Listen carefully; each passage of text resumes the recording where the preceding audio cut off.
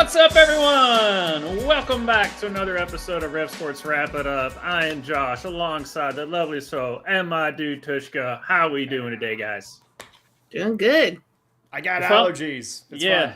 I got allergies. I can't do that. I'm not doing that. Try to do a bit, and it just didn't sound right when I started. I've got allergies in my DNA. Yeah, is that the one you're going for? Yeah, something like that. Yeah. I did not like the impression that was started. So anyway, how are you? It's off to a great good, start, Josh. guys. We're good. We're good. Yeah. How's your day? It's happening. It's happening live and in living color. Love it.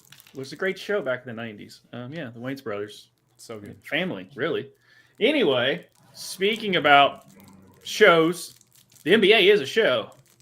And they play a sport called basketball. And no one's watching.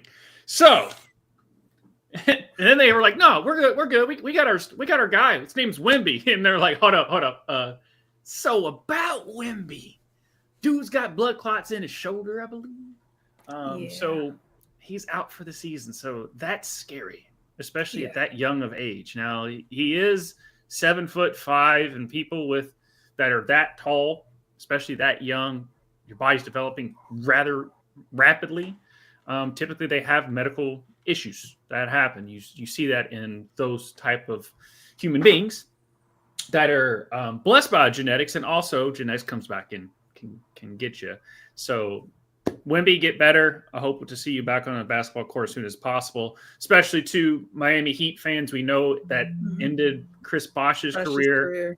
Blood clots is the reason Deion Sanders doesn't have 10 toes anymore. So blood clots are no joke, guys. Obviously, we know that. So I'm glad that they have modern medicine has gotten to the point where they can catch these things, because they don't want to have like a Hank Gather situation. If you don't know about Hank Gathers, he had a heart defect, kind of like blood clots or something of that nature. I don't know the exact thing.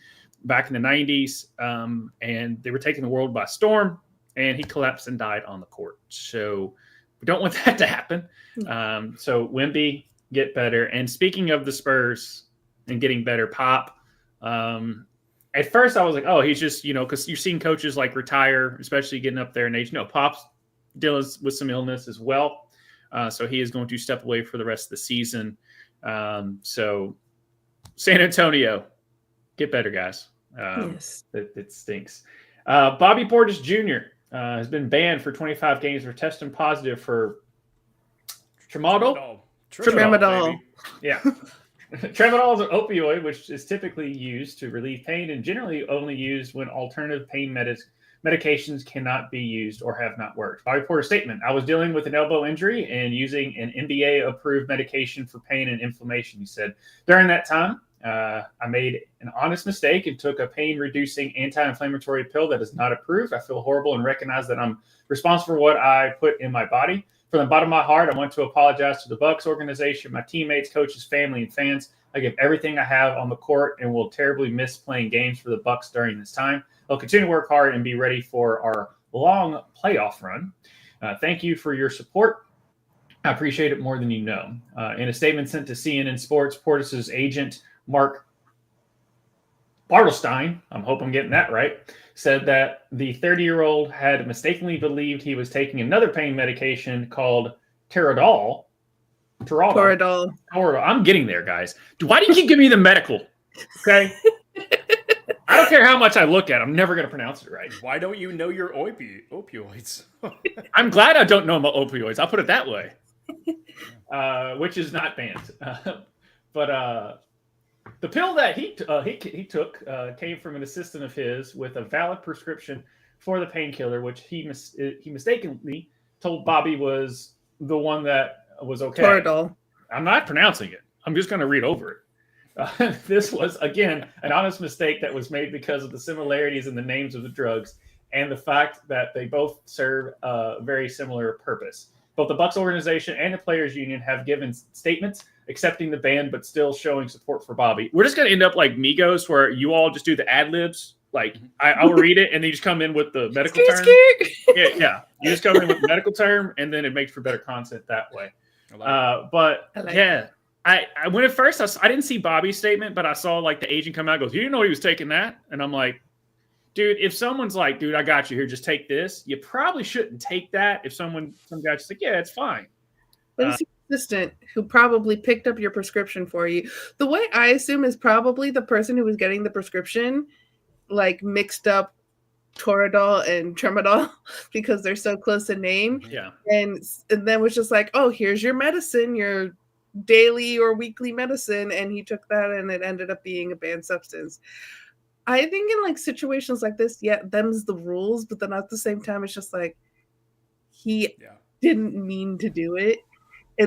I think there needs to be a clause for like intention, because if your intention is to continually to take a NBA approved medication and that was your full intention the whole time and you weren't like, "Let me go get them drugs," like, then I don't know. I think it should be less of a ban, maybe still a ban, but maybe not a 25-game ban. What do you guys think? Yeah, 25 is a lot.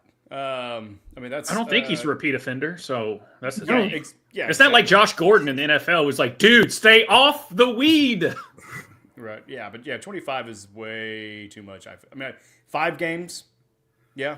Yeah. I mean, that's, what, 2 weeks worth of games, maybe 1 week, a week and a half, but yeah, 25, that's a significant chunk of the season. And yeah, that'd be the big question: is he first time offender? Maybe come a little bit of slap on the wrist, but that's excessive. Yeah, and he was like, I know Giannis and Chris Middleton were like the best players, but Bobby was that third guy that like was like kind of that glue guy that kept everyone going in that Bucks run. And I mean, I know a guy who graduated from Arkansas who went there about the same time Bobby did. He was like, "Dude, Bobby was awesome." So that's all I know about Bobby. First, like, there's no personal thing there, but for what I've known of what in as a public eye, this is the first incident, and compared to what other people incidents they're involved with, this is just oops. Someone mixed up the reads. Like, and you see the statements of like the Bucks organization, the players union, all of them saying like, "This is an outstanding person who typically always follows the rules." Yeah. And so that's why like they're coming out in such full support for him. And it's crazy to see both with this and with gambling, how much they put a zero tolerance policy. But then when it comes to SA, they tolerate it.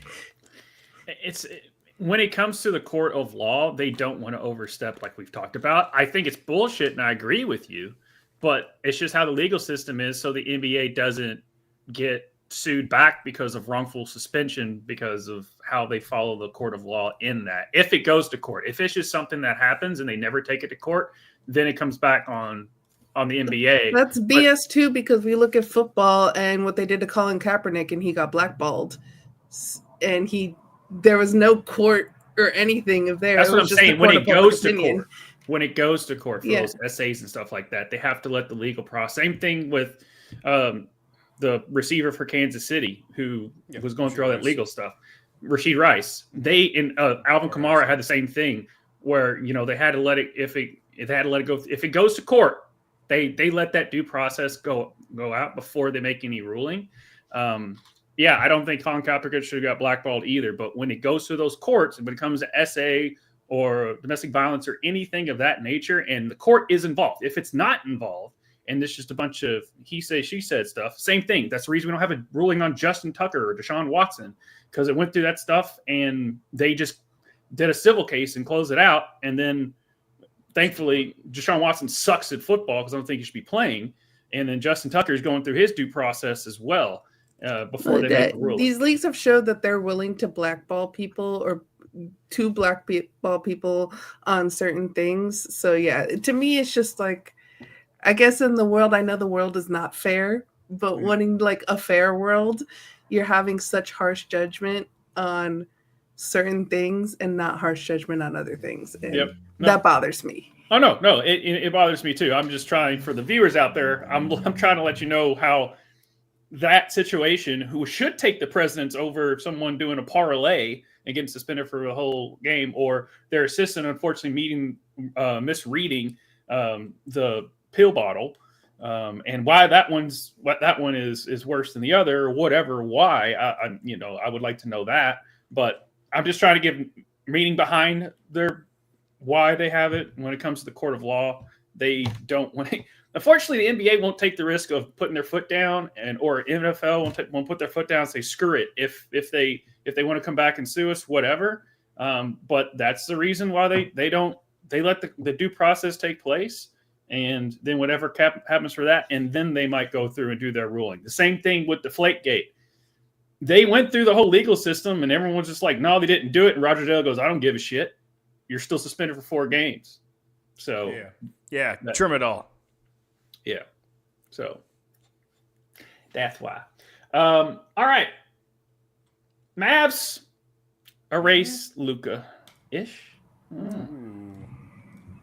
I would genuinely be surprised if Luka even gets a tribute video when he comes back to Dallas. The Mavericks decided to release this hype tape for their fans to get them excited for the rest of the season. And it's got some music playing and there's clips from the game. And instead of, just not using clips with Luka in it, they decided to just censor, bro. They cut out his body with a silhouette and then just put a Mavericks logo over his face. They treating this man Luka like he asked to leave. It was their idea.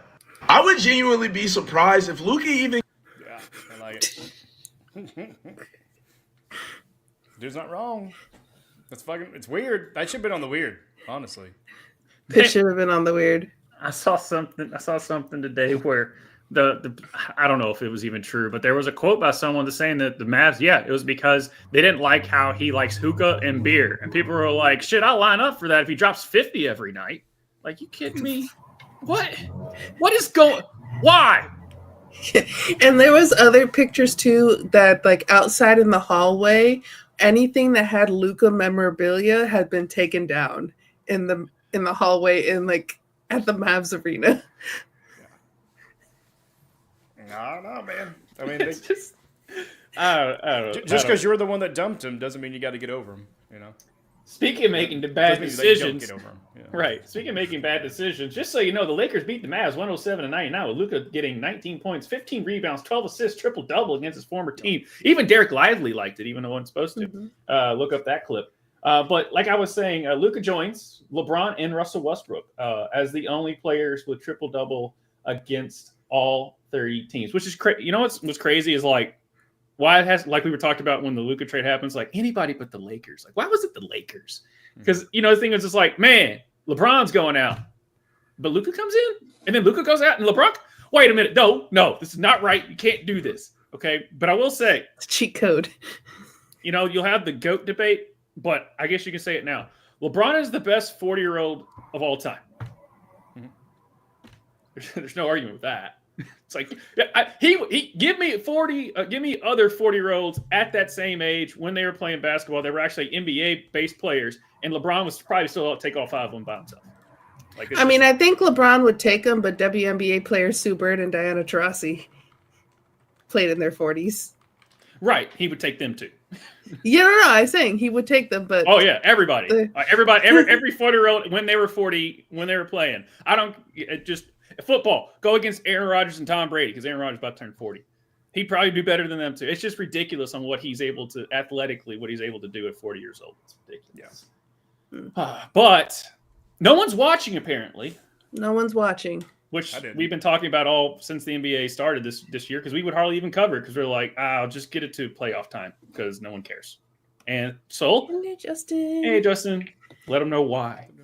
All right, so the NBA ratings are down 48% since 2012 on ESPN. Every other sports league is setting rating records with ESPN. So this is specifically focused on the ESPN ratings here, but every other league is hitting ratings, record ratings, and NBA just keeps going down, down, down, down. Multiple people, former athletes, pundits, and fans have given reasons for this, including it's too expensive, both live and paying for cable, league pass, other streaming services, blackouts, NBA making it really hard to actually watch the game at home. Like if you are a fan of your team, you have to have cable TV to watch them because you can't watch them on NBA Pass. Right.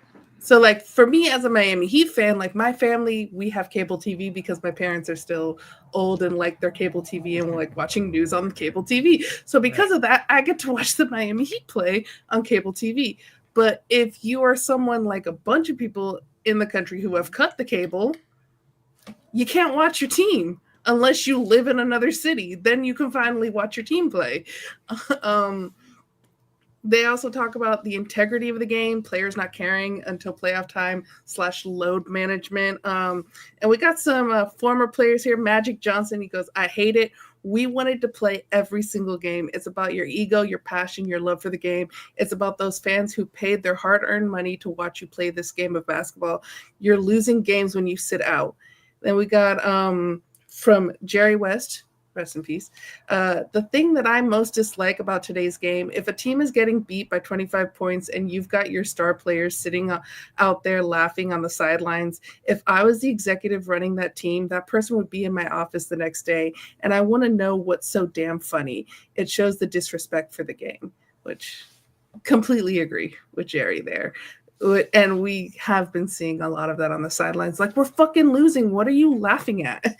Like, why? You should not be having fun right now because I'm not having fun watching you play. And then there was a lot of talk. There's way more quotes that I had and I had to take away. But all the former players are talking about focus on the three-point shooting and analytics and lack of diversity of playing styles. Shaq, everyone wants to be Steph Curry, but everybody is not Steph Curry. We got Lou Williams. Let's get back to where our best players are being creative again. We allowed science and analytics to have too much of a say in how we play this game. We've taken the mid-range out of the game. We got Rick Barry. They abused the three-point shot. The three-point shot used properly is a great weapon, but it shouldn't be your primary weapon. The Warriors lost a championship because they did nothing but shoot three-point shots in Game 7 against Cleveland. Every shot they took was a distance three-pointer. Go to the damn basket. Get to the free throw line. Put some points on the board. You have Ray Allen. There are so many different dynamics to the game that are being lost. The mid-range game is being lost. I'd like to see the bigs have more of a footing back in the game. Then we got Kevin Garnett. It was called bad shots and lack of efficiency. It wasn't until they started fucking with all the data and saying take more threes than twos. Before that, we played ball. The ones that do have a mid-range look amazing. Look at Shai. Shai got a mid-range. And then we have Alonzo Mourning going, you look at taller guys now. They're gravitating more to the three-point line, which it kind of baffles me more than anything because it's a lower percentage shot number. One. Second, if you physically menacing like a LeBron or a Joel Embiid, why wouldn't you want to take advantage of your man? Closer to that basket, force teams to double and triple team you. You can find open men who will get wide open threes. And then lastly, we got Kareem Abdul-Jabbar going, they're not teaching the young kids how to score in the paint with their backs to the basket. If you get close to the basket, a lot more of your shots will go in. So before we go to the other reasons why that people have given for the ratings going down, what do you think of everyone talking about the mid-range game is gone, the bigs are not getting to the paint, we're just shooting threes? Yeah, and I see it in high school basketball. Running cameras for the local school. It was quite a bit. I mean, the good teams would have passing and scheming, but they were still really focusing and relying on the 3-point. And yeah, it's just a lower percentage. I mean, it's splashier, right? That's what we call them, the Splash Brothers. But you could just tell, like those that actually had a little bit of a ground game or something down low. It's a lot easier to make a layup than it is to make a three-pointer. Mm-hmm. And if you miss the three, and a lot of people are shooting a three and then falling back into transition defense, they're not actually crashing the board and trying to go after that rebound, then you're just giving up you're just wasting that opportunity, essentially. Whereas if you're down low, I mean, you have a better chance of getting, the rebound and just battling it out. So it's what it is. I mean, look at other sports as well. Analytics is really taking over. But like this year in the NFL, we saw that it's the ground game that still is what will win a championship. It's defense, it's the ground game, and I think it's the same for NBA. Those who win in the post and can rebound the ball, those are the ones that are going to win the championship. Yeah, I mean, look at Boston last year. I mean, they punched you in the mouth last year. I mean, they were gritty. You look, and Oklahoma City's looking that way. I mean, look at the turnaround that Cleveland's doing this year, and it's not like they've got like superstar players. Yes, Donovan Mitchell is an all-star, but he's not the only. It's a team. It's not a bunch of dudes. Just not a bunch of like a couple of stars and a bunch of other guys that happen to be on their team. Now that there have been teams that have done that where Kobe had Powell and then a bunch of other guys around him. He still won that championship, but that was Kobe. Yeah. But I do want to say, don't blame Steph Curry. It's not Steph Curry's fault. No, it's not. I just, there's so many people out there who's like, Steph's ruining the game. No, he's not Steph's fault at all. It's not Steph's fault. And that's the part of the like diversity of the game. Like that is one way to play the game. And when it's just like Golden State and maybe like another team playing that way, but other teams are playing different ways, then that's different. When every team is trying to play like Golden State, and that is the front office, that is the management, that is the coach's decision. That's not Steph Curry's decision. No. Then when we're all Golden State, that's when it sucks to watch. Yeah, but kids get influenced, and that's why a lot, like you were saying about the high school, it's like they're running all these like 3-point things. I'm like, no, you can't shoot, man. Like, I don't know what to tell you. You can't shoot. You shoot 18%. Means someone's going to guard you. There's a reason you're wide open in the corner. Yeah, because they know you're not going to hit it. So people are like, there was one. I remember watching one high school tape where like these two kids would just cross half, like two steps across half court and just launch. And it was like a viral video that went around. Like, see, I told you Steph Curry's ruining the game. I'm like, if I was the coach, I've been telling him stop doing that. It's not sustainable. It's not good offense. So it's not. Of course the kid's going to do that, but it's up to the coaches to tell them like, look, we can work on that, but that's not your game. You're not good enough to do it, and that's just not winning basketball. Much less fun to watch. It's just not. I mean, I try and turn on the NBA, and it's just like. I know the whole they don't play defense. Okay, yes and no. Mainly, they do play defense, but when you play so many games and the load management stuff, it's a different story. But when they can play defense, it's just everyone's so damn good. Yeah, and fast and quick, and they all can handle the ball. Like 85% of the NBA can handle the ball better than 70% of a college basketball team. Yeah. So they're just that skilled, but it's just but when you sit there and watch the same, it's like the Cantina band, like play the same song. All right, play the same song. Like if you keep watching the same shit over and over and over again, like at first it's fun. It's a banger. But then Yeah. But and I agree with like utilizing 3-pointers as like a deadly weapon. But again, not being your only weapon, as what was it? As Rick Barry said, because that's something that even you think about one of the championships at Miami Heat with Ray Allen in that 3-pointer at the end that actually got us to win the game to then go to the next game, to a game 7. Like that was a crazy moment, and that's a moment that I will remember forever as a Miami Heat fan. And that's something that. When you see Steph make that 3 and do the night, like that is fun to watch, but that should not be when it's done so much, it kind of takes away the magic from it. Yeah. And I like that Kevin Garnett like said, SGA is still doing the mid-range game. And we need more players to be like, you know what? The mid-range game is actually pretty good, like skill set to have. Some of the other reasons that people have given is the lack of rivalries, including players not staying in one location for a long time. Magic Johnson goes, they don't hate each other anymore. No, they don't. I mean, I know Larry and Magic like have become like the tightest, like the closest of all friends. But when they were on that court, they wanted to kill each other. They probably still do one-on-one games every now and then. Oh, they still. I mean. Like Jordan during that 75 where they had all those players, like all 75, like the best 75 players in the history, he's still in there talking shit. So like Magic. Magic too, in the longer, I did not get his whole quote, but he said that him and Michael Jordan had like a full-on hour conversation about like the game now and how like they used to hate each other when they like when you play like, and that then went into the All-Star game where like if you were in the West, you fucking hated the East, and if you were in the East, you fucking hated the West. And that then now we talk about All-Star games now that like are kind of just like, what are we watching this for? Yeah. I mean, like Justin said, he hated Isaiah so much he wasn't on the dream team. Like that's how it went. But of course, Jordan, he would just make, as we know, in The Last Dance, which was a great documentary. I mean, Jordan would just make shit up in his mind. But Isaiah was also like, But speaking about the bad boy Pistons, you can't play like that anymore.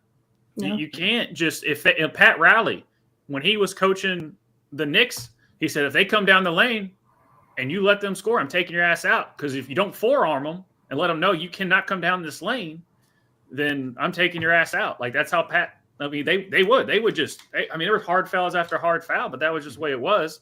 And now they've loosened up the rules so much where if you breathe on them, it doesn't matter if it's perfect segue, Josh.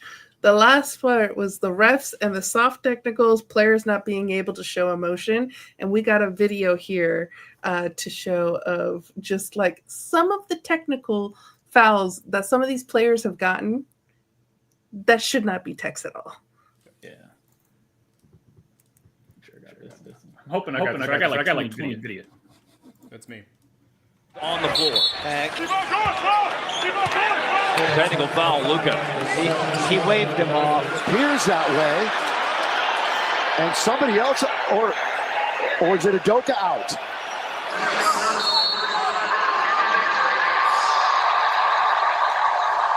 And Westbrook sneaks inside. 7 for Westbrook. Technical foul on Westbrook. Have you ever watched a game where an NBA player just gives another a simple glare and boom, they're slapped with a technical foul? Or how about a player clapping in frustration only to get hit with a tech? Oh, yeah. He really upset himself. Call for technical. It's crazy to think, but stuff like this is actually happening in the NBA right now. Turnaround jumper, foul Morant. And John's got to watch his reaction. He already is sitting on one technical foul. He's got ejected. I get it, this is basketball, not WWE. But the NBA and its referees have gotten so soft that even the slightest hints of drama get shut down with a whistle. And honestly, this is just one of the reasons viewership is dropping. Because here's the thing, drama sells. Pretty play, a 9-1 run, Minnesota. Oh, come on, man. No way. Take the UFC, for example. So that's pretty much what we have there, but those shouldn't be text. Come on. Yeah, there's quite a bit, but that's... They're trying to protect the brand. All right, I mean, we don't want these kids... acting this way and, being cruel, et cetera, but the players have gotten soft, the rules have gotten soft, and the calls have gotten soft. And that's not a, get off my lawn kind of statement. It just is what it is. In other sports, they've laxed a lot of the penalties and the rulings, or not relaxed, but maybe tightened up because of injuries, because of fights, everything of that nature, except hockey. Thank you, hockey, for still condoning it, and we celebrate it on this channel because it is fun. But yeah, it seems like the passion is gone. I mean, and quote BB King, I mean the thrill is kind of gone too because just of that, like you don't have these intense rivalries because players don't stay with the team because they're the fucking moneymaker. It's not about the coaching. It's not about the organization. It's about the player. And so they get to go wherever they want. And a lot of times, if you're LeBron James or somebody else, like you get to kind of basically dictate who comes with you as well. So you have that aspect. But then also with the Luka trade, you kind of got the organizations basically saying, like, we don't care. Like, we're just going to play profit and politics. We really don't care about the person. And then you have this kind of sweeping fear from a lot of players that they're like, well, I guess nobody's safe. Even if you're making that much money and you're one of the top players, you're not safe from just getting kicked out because they don't like you or something of that nature. So with the officiating, it just kind of reflects that whole not toxic, but just that whole environment that seems to be kind of swelling with the NBA, where it's just a lot of animosity. It's a lot of backbiting, a lot of bickering, between the organization and the players. And for the NBA, they're reflecting that in their officiating. Yeah. Josh? I don't know. It just, the last time I remember like a really good rivalry was like the Clippers and Golden State with the Splash Brothers and Chris Paul and Griffin. Because, I mean, they were waiting for each other outside the locker room, ready to go. And, I mean, I know you don't want fighting, but we just had like 4 fights in 9 seconds in the NHL, and everyone was loving it. So you still need a little bit of drama, okay? Yeah. And not just because they come across, like you're saying, laughing on the sidelines and stuff like that. That's just, it's a bunch of prima donna stuff that we just don't want. Like, there's a reason Bravo's still a channel, is because all the random ass Diddy drama crap that we have. Not Diddy himself, but you get what I'm trying to say. Just petty crap. And I don't want that. I would like to say Josh was the one to bring up Diddy. No one else brought up Diddy. It was just all Josh. Yeah. I'm going to say petty, and then it said Diddy. I don't know. Whatever. Hey, quit being a baby oil. All right. And Justin Toner, he's agreeing with you. Nailed it on the lack of passion. And this is, I said it last week, that I grew up as a huge NBA fan, and I am a huge Miami Heat fan.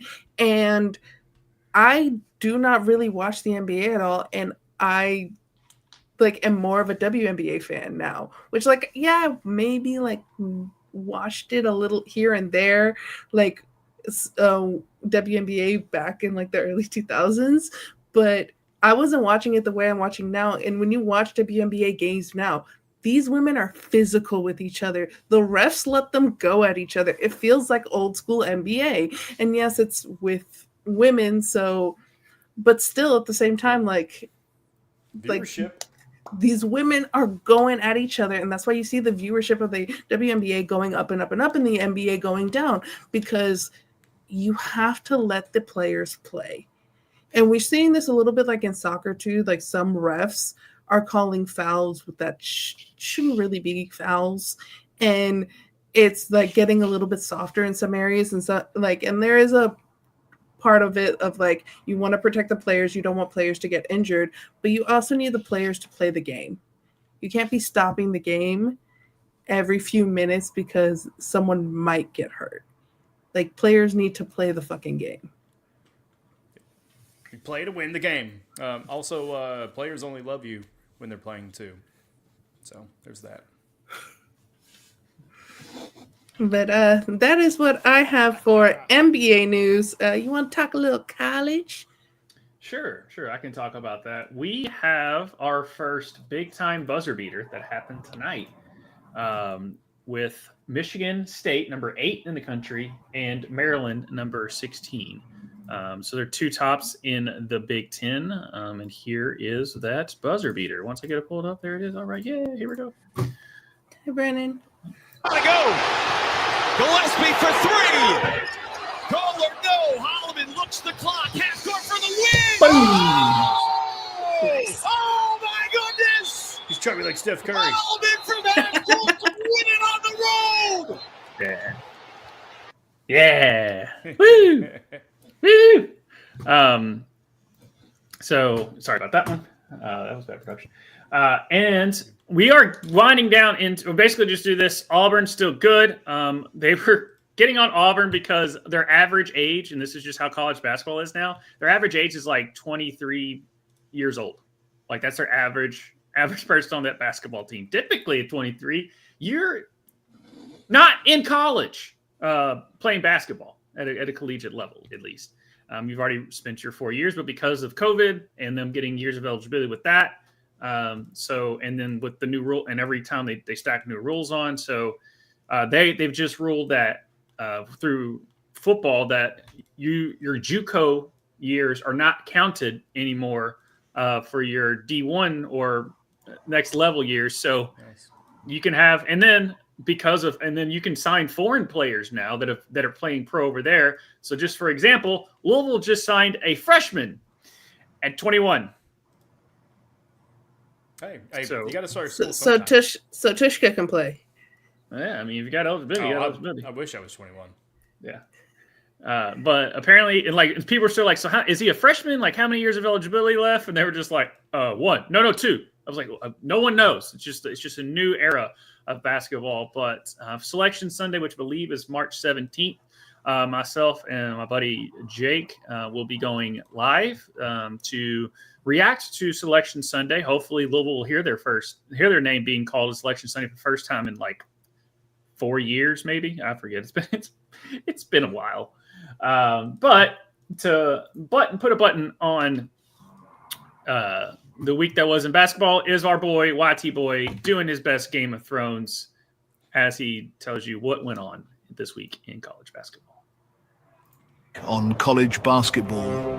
In the north, the onslaught of guards was too much for the Wolverines to handle as the Spartans dominated in enemy territory, retaking the crown for the time being. A king hired off past glory has gained one more victory over his rival before he gives up the throne at the end of the season. The Ducks made an improbable comeback over a scorching hot Badgers team.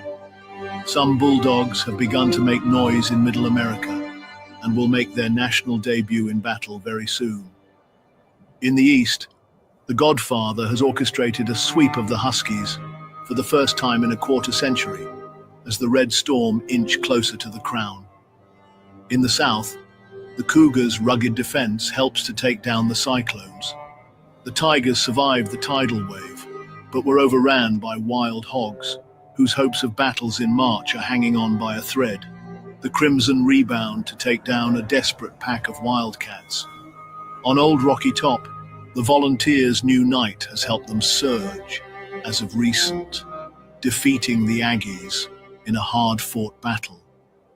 In the West, another group of Aggies have put together a historic season, while the Cougars ripped the Jayhawks to shreds and stole one in the desert, showing that you can never peak too late. The battles have just begun, and the war is far from over. Stay tuned, Mark. Yeah, there you go.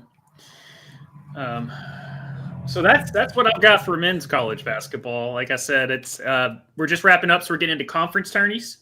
I think starting Monday is when like the P5 schools is what we call them, or something like that. But just not the SEC, ACC, Big Ten, those type of schools. They start a little bit later. But you have like the Ivy League schools and stuff start their conference tournaments this week. So it's getting fun. I like it. All right. So what you got for the? I thought you were gonna take the women's college basketball part too, but NC State upset number 1 Notre Dame in double overtime, 104-95. So, just crazy. Yeah, That was a crazy game. It's so weird to see South Carolina with like 3 losses. It's always weird. That is weird to see. But if you were a team and you were like, "Hey, you're only gonna have 3 losses this year," like I think a lot of teams would be like, "Yeah, I'm cool with that." Yeah. But South Carolina's used to being undefeated. Shout out to the Louisville women's. They went to Duke. They beat Duke, and Duke was in the top 10 at the time. But they ran the most gimmick play where they lined up on the opposite end, so that's just like fake out the team, and they forgot which way they were going, and they literally just passed the ball in, and then they ran and made a layup. Like we used to run that stuff in the Y, but they pulled it off in college. I think it's hilarious. But we can go back to the pro game, WNBA. As we spoke in an earlier show, I think it was 2, maybe 3 weeks ago, the Connecticut Sun, they lost all of their starting 5 in the offseason. First time in the WNBA or NBA that the team that ended, the starting 5 that ended at the playoffs is completely different than the starting 5 that will be in the new season. And Marina Mabrey, she asked for a trade. Well, the Suns have officially told Marina Mabrey, nah, we're not trading you. So now she is unhappily going to be with the Connecticut Suns. She's kind of letting it know that she's not very happy that she went there for a championship and they got rid of all of their players. She's like, I'm not here for a rebuild. I was here for a championship.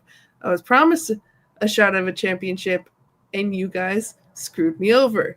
So that's going to be interesting going into this new season, if they can solve that issue with each other, the front office and Marina Mabry. But going into funner news, the new expansion team is expected to go to Cleveland. After Portland and Toronto, who are already confirmed for 2026, the ownership group is expected to pay a record $250 million expansion fee. And for those who remember, Cleveland did have a WNBA team. It was from 1997 to 2003, but they are planning to keep the name of the old Cleveland Rockers. So thought on the name, thought on the logo, thought on Cleveland getting WNBA. What does Cleveland have that we don't know about? Like, what do they have on like Sports World that makes them get? I don't understand. There's too many jokes about like Corpus Christi doesn't have shit. Go there. Like, I mean, Albuquerque. Actually, Fuck, they got a lot of people. Christi. There's not a whole Isn't there a Selena statue in Corpus? I don't know. Yeah, there probably is. Yeah. I'm just calling like. It's also humid as hell down there. Yeah, it's just like go to Albuquerque. I mean, just there's a bunch of major cities. Like Nashville doesn't have a WNBA team, and we're Kansas City. Although Candace is trying to get it and call it the Tennessee Summit. Oh yeah, I know if they're working on it, so I'm kind of like pushing it out there. I'm like, Cleveland got it for Nashville. Come on, guys! Like, what does Cleveland have? Kansas City. Yeah, Kansas City. Let's go. I mean, there's other like major actual towns that people like, that people actually want to travel to, just not on just because they're for on purpose. Yeah, we go to on purpose. Like, as someone who's been to Cleveland, it was the first time seeing like the highway that the road signs. I'm like, how do you know what's exit to go off? Like all the road signs are fucked up. Yep. And I mean, you know what? If I may, Ohio. What is it? What you got to have a lot of money because you guys suck at so many sports. Because you were the first ones to do it. Oh my gosh, you got the Hall of Fames. That's great, but God bless it, you all suck as a sports state. You're the worst. Quit taking teams because you're not going to do anything with them. You're not going to do shit. You're just going to ruin them. You're going to hire problematic people. You're going to have racist names for your sports teams. You're going to do a lot of shit that are going to piss off a lot of people, and these people don't want to go there. Also, hi, Jenny. Hi to my sister who lives in Ohio.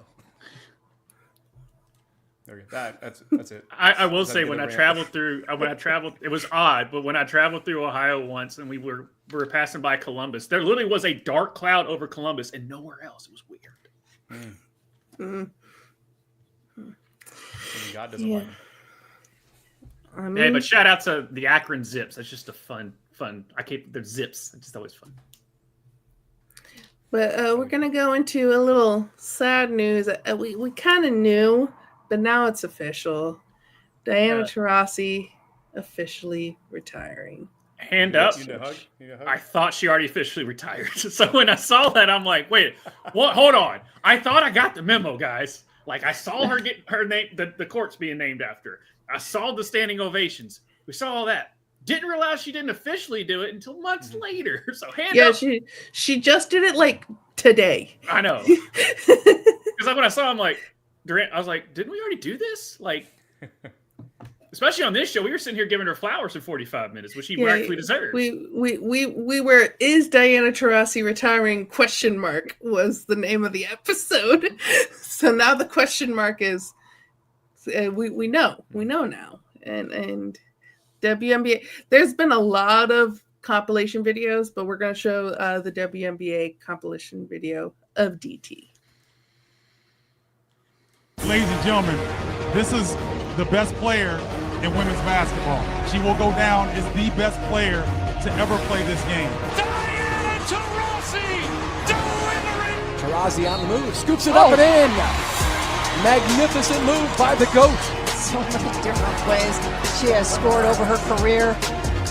What a move. How about the spin and finish from Diana Taurasi? Diana Taurasi absolutely brutalizing from beyond the arc.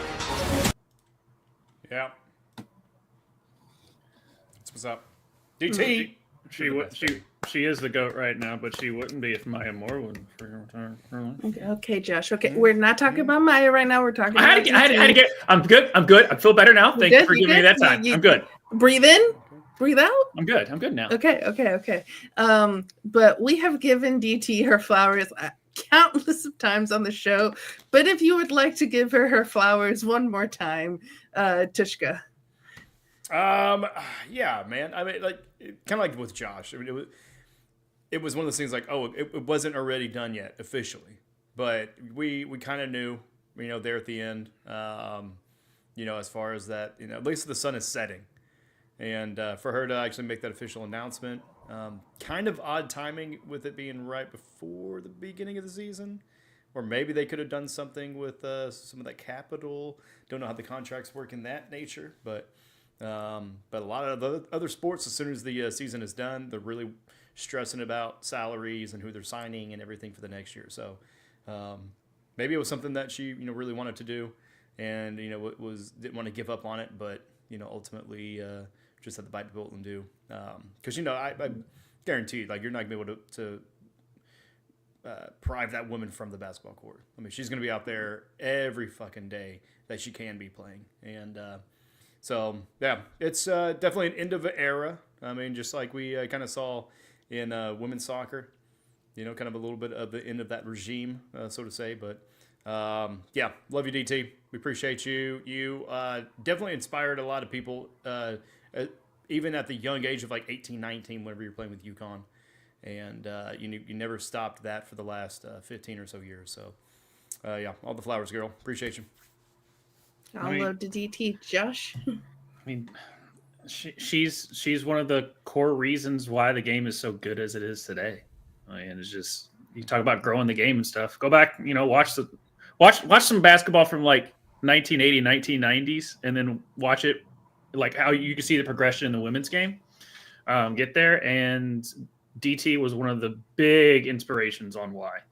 Huge inspirations of why we have some of the ballers that we have today in the WNBA, much less just in women's basketball itself.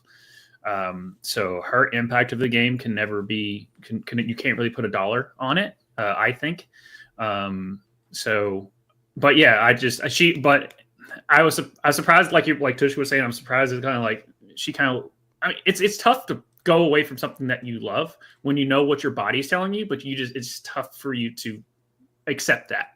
So she was probably going through the 5 stages this off season. She finally got to acceptance now. Maybe got into preseason, was just like, yeah, I can't do this. Yeah, I mean, we saw it last. We saw it last year where she was at, like, it was like Kobe at the end, like that, where he would go off and drop 30, and then his body couldn't do it for the next few games, and then he'd go out there and like his final game he dropped like 60, but people are like, oh, he can still do it. I'm like, he could do it every 5 or 6 games. He was in his Toby Keith era of, he's not as good as he once was, but he's as good as once he ever was. And that's where DT, she now 6-time Olympian. I don't know if anyone's ever going to reach that, because she came in as an Olympian right out of college too. And the fact that I personally think that she deserved to be on that team because she can still give that magic, and especially if she's sitting on the bench and coming off the bench. But she even joked when someone was just like, oh, you have one more medal than your best friend, Sue Bird. And she's like, and I played just as many minutes in the final as she did. Yeah. I mean, it was the first dream team. Larry was done of that dream team. Like, he hardly played. Like, he'd go out there, but his back was shot. So he really didn't do a whole lot in that, but it was more of the message, and kind of like, because shout out, it was like the closest I've ever seen our women get tested this past Olympics, but the game is growing. The game is around growing. the world.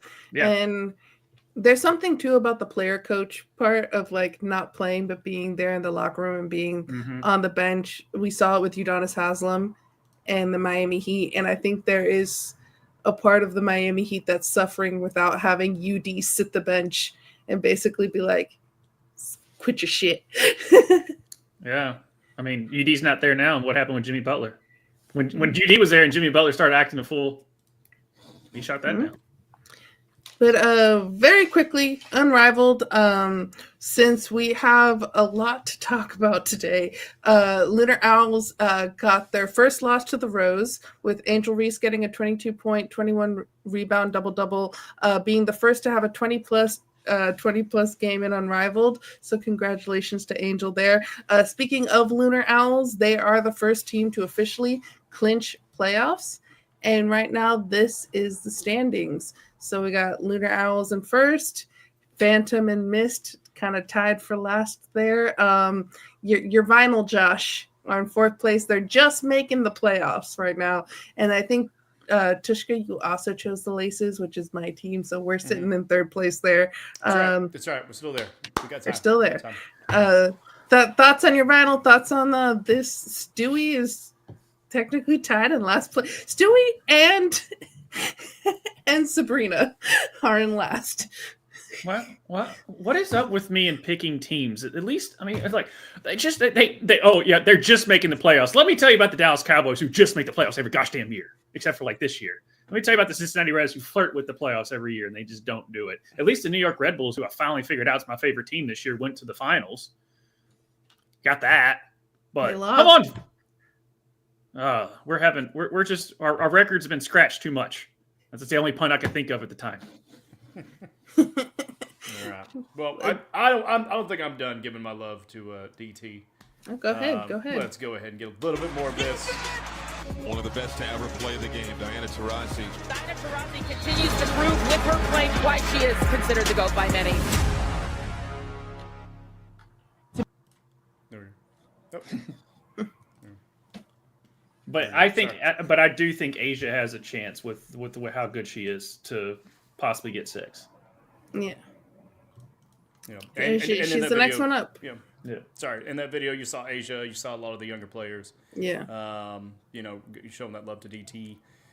But yeah, Unrivaled. Let's go. Come on. Shit. Ready for the Laces to do something, but hey, Tishka, you and I can gang up on this guy. Oh, I can't wait to quote Ace Ventura and be like, the Laces are out. Dan. Yeah. But I think that's all we have for basketball. Yeah. So a couple of little nuggets here for you novelty kids out there. The Yankees finally did what we've been bitching about for like ever. They let some people grow their facial hair. It's been a weird rule that you can't have long hair and you have to have clean shaven. Now they're not fully letting them do like the Paul Bunyan stuff, but they're letting them have a 5 o'clock shadow type thing. So they're dipping their toe in the modern era of life. So shout out to the Yankees on that, I guess. I don't know. It's why it's gonna be weird seeing like someone with a Yankee jersey and a beard. Yeah. Awesome. But obviously we're in spring training. Justin alluded to it, so I know Justin, if you're still watching, give us your thoughts on them finally doing the rule that we've expected them that the Yankees do. Yeah, there you go with spring training. I love spring training. I went to a couple spring training games down in Arizona, and it's so relaxing. And you pay like $5 to see. Yeah, and it's so cheap. Yeah, it's so cheap. You can sit right behind home plate for like $5 and just watch like aces go out there and do their thing. So yeah, spring training is awesome. Nice. I could use a good nap. I may watch it. No, it's just going. It's a very relaxing, but you're seeing like, you see the best of the best still playing in spring training too. So it's really cool. Oh, sorry. Well, they swung a ball. Oh, yeah. Shit. Yeah. It's not for everybody. We get it. Speaking of crazy races, Tyreek Hill and no, that could have been taken terribly. Anyway, Tyreek Hill and Noah Lyles are racing each other. And I with the same thought. Yeah. Simpatico. Yeah. Quote Archer phrasing. Yeah, we get it. My face isn't red or anything. Tyreek Hill versus Noah Lyles. That's right. People have been kind of throwing that out there about Noah Lyles racing against Tyreek Hill because people think Tyreek Hill can beat the best sprinters.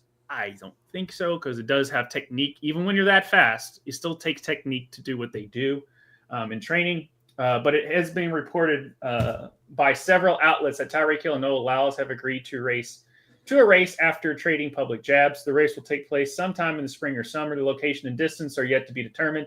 Hill playfully told people that Lyles was scared to compete in a 40-meter race, while Lyles said 100 meters would be a blowout. I agree with that part.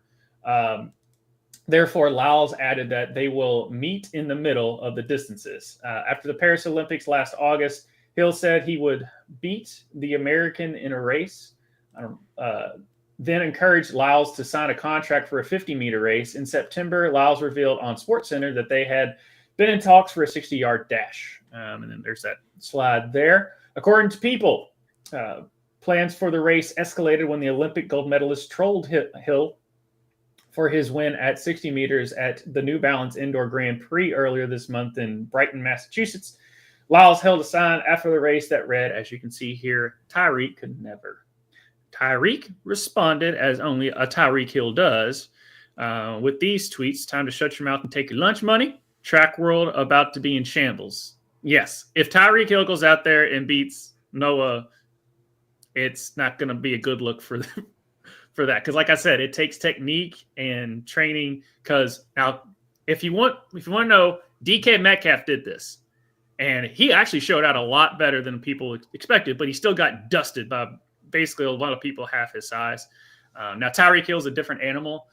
The reason that Usain Bolt and the reason Tyreek Hill won't do 100 meters and he wants to do 40 and the reason they met in the middle, I get it. Because it's keeping that speed at that distance is very tough to do. That's why Usain Bolt is so, because people are like, what do you know? Usain Bolt run, I bet he doesn't run a 4.240. It's like, no, he runs a 4.240. He can just do that for 100 meters, which is ridiculous to keep that speed that long, which is what Noah Lyles can do. So it'll be interesting to see what they do at 50 because I think it would definitely be a tight race at 40. But I think Tyreek Hill cannot get off the blocks like Noah Lyles can. Yeah. In 60 meters, I still give it to Noah Lyles. It would be crazy if Tyreek won. The racing world would be in shambles, but I still think he's going to get dusted by Noah. But by how much, though? I don't know. Just Tyreek is different. A fraction of a second? Or, I mean, dusted has got to be like 5 seconds, or more. Yeah. You're also talking about Tyreek Hill, who is a state champion in track and field. He was in college as well, won the 2014 indoor 200 meter in the Big 12 championship. So this guy comes from that, and it's not like he doesn't train. Right. I mean, he is always training. He is always running. So it's not like I wouldn't say dusted. I think that's offensive to your boy, who apparently you're supposed to love because he's on your team. How long? Who knows? But I mean, he was like, I hate y'all. Trade me, JK. I love it here. Yeah. I love you, Miami. And we're like, Terry, yeah. Are you in a toxic relationship with the city of Miami? Possibly. Yeah, ever since the first game and he got arrested. Of course he's in a toxic relationship with the city of Miami. I think he's in a toxic relationship just for all the baby mamas and the amount of times he's gone to court over his baby mamas in Broward County here in Florida. Oh, that weird stat about him having more kids than like playoff wins or something this year was really weird. Oh, no, It's like between him and Nick Cannon for the amount of children. Oh no! Don't take out my boy Antonio Cromartie out of this situation. Okay, if you know, you know. Look up Antonio Cromartie. Yeah, I think we did last time. Okay, but no, like Tyreek Hill has a toxic relationship with condoms or any birth control, pretty much. So. That's what that is. But I think Tyreek will barely lose. I don't think he's going to get dusted. I don't think it's going to be, a huge amount. I think he will be competitive, but ultimately, he would not be the victor in this race, merely because he's a heck of a lot older. So, man, he's got so much muscle. Good Lord, no neck, but a lot of muscle. Yeah. But Any more on the Tyreek versus Noah? No, I think we covered talking about races. Yeah. Nice. Yeah. Nice. Don't do races, everybody. No races, none at all. Well, let's get into kicking and screaming into soccer. So first off, we got the CONCACAF Champions Cup round. This is basically similar to the Champions League, but for CONCACAF for here in this region. It's the best soccer teams in North America play in this tournament to become the champion of the champions. The first round is 2 legs, home and away, and aggregates with aggregate score. And if you are tied on aggregate score, away goals are the tiebreaker. So I'm going to very quickly read off the teams that none of us care about, but have made it through. Cruz Azul of Mexico moved forward, beating Real Hope of Haiti with an aggregate score of 7-0. Monterrey of Mexico moves forward, beating Forge FC of Canada with an aggregate score of 5-0. Chivas of Mexico moves forward, beating Chiobao of the Dominican Republic with an aggregate score of 4-1. Tigres of Mexico moves forward, beating Real Esteli of Nicaragua with an aggregate score of 3-1. Pumas of Mexico moves forward, beating Calvary FC of Canada with an aggregate score of 3-2. LAFC moves forward against Colorado Rapids. They had an aggregate score of 2-2, but LAFC moves forward on away goals. Then tonight, FC Cincinnati is playing FC Motacual of, did I say that right? I don't know. Honduras. I think FCC Cincinnati won that game, so I'm sorry there, Josh. Real Salt Lake playing CS Herediano of Costa Rica. Seattle Sounders playing Antigua GFC of Guatemala. And tomorrow, Vancouver Whitecaps is playing Deportivo Saprissa of Costa Rica to see who goes forward to the next round. So after tomorrow, we'll have the next round set up there. We did not do a bracket bitches of this because I think you guys would just be like, that team. But the matchup that this channel actually cared about, that is Inter Miami versus Sporting Kansas City. What? US team versus US team. Come back, Tishka. I'll message. Okay, sorry. Sorry about that. Inter Miami won the first leg 1-0 in Kansas City in 7-degree weather. And apparently it got colder throughout the game. I think it got down to 3 degrees by the end of the game. And that's the actual temperature, not the feels like temperature. The pitch was covered in snow the day before, and you can kind of see a little bit on the sidelines. And let's just look at how cold these players look, because they look pretty cold to me. You can tell a little less because our uniform is black. They have the neck things. You can tell a little bit more with Sporting Kansas City. That look at your goalkeeper. He even has, and you can see a little bit of their breath. And then look at those Sporting Kansas City fans braving the weather, sitting there watching that game, which that was something. And we're going to get into it. But I'm going to shout out Sporting Kansas City fans that actually went to the game. Shout out to you guys braving the weather and watching your team. All of the flowers, all of the flowers.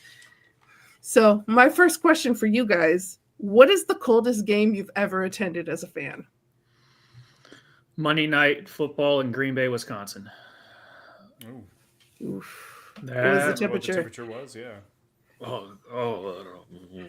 Yeah. I don't know what the temperature was, but it felt like I think I had 7 layers on, and it's like the cold kept coming in waves. That's what it felt like. It's cold, but then it's okay, and then it just kept coming, and just it was just. I've never felt like that type of cold where it felt like it was getting colder, but it was punching you in the face, and it's nagging you the whole time. The wind. Yeah, but and if you're in Green Bay, it's all in bleachers, and you're shoulder to shoulder with people. So you're getting all that, and it still doesn't matter. It still didn't matter. That is the coldest game I've ever been to. The frozen tundra lived up to that hype. How about you, Tishka? My question was, did you take any cardboard with you? Josh? No? Because that is what you're supposed to do. Rule number 1, winter outdoor games.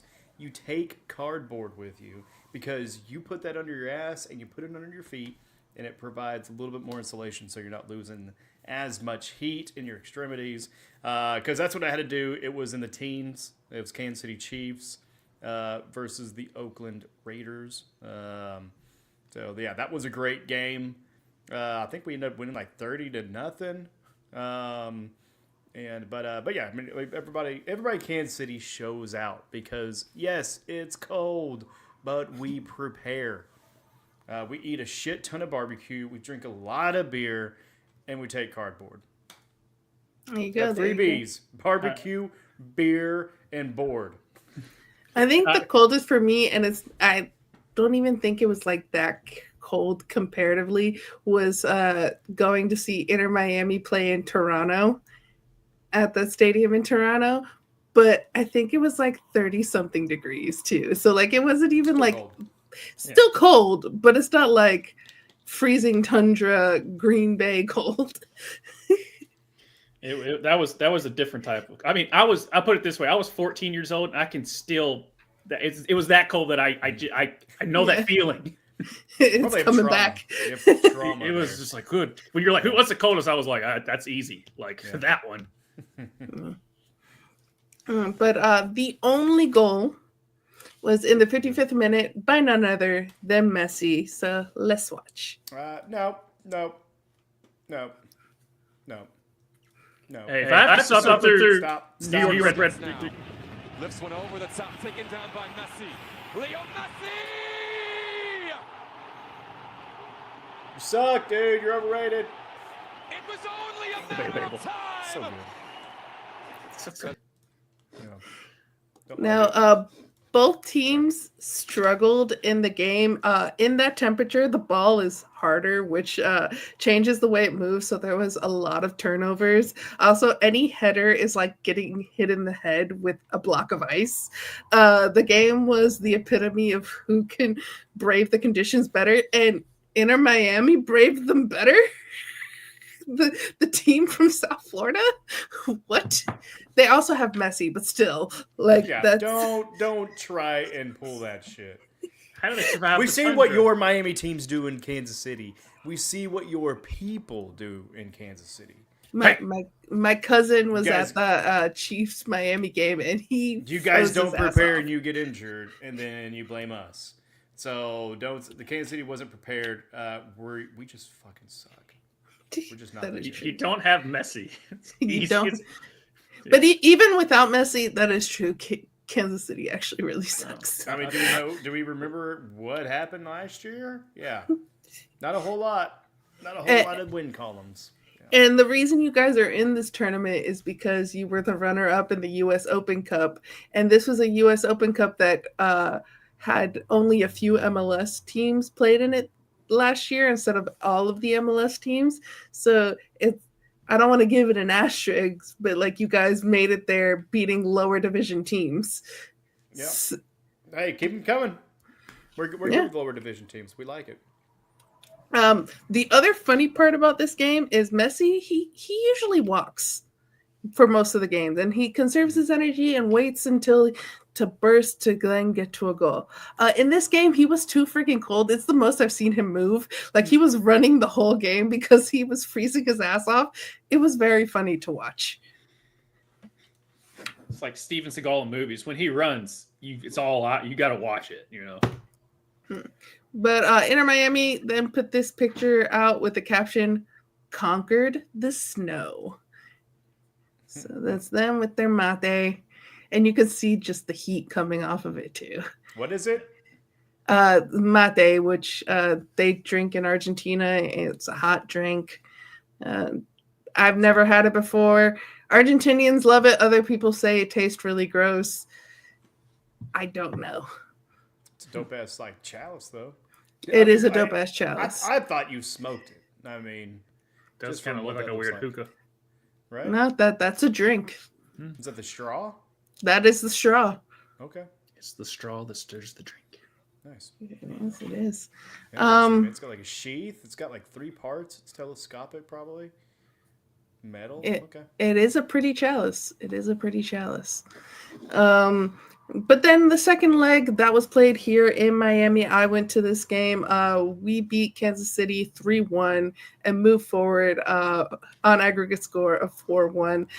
So we're going to start off. Hey, we'll get to watch a Kansas City goal later, but we're going to first start off with Messi scores in the 19th minute. No, hell no. No, stop it, no.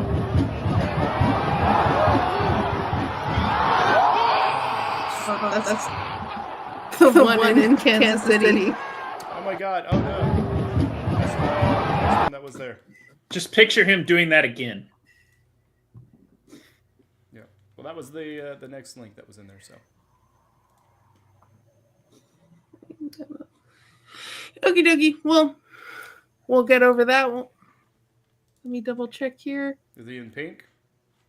Que golazo que existe Leonel is it's the one right next to the Messi score. In the middle. This one. Suarez back for Messi off his chest. Messi!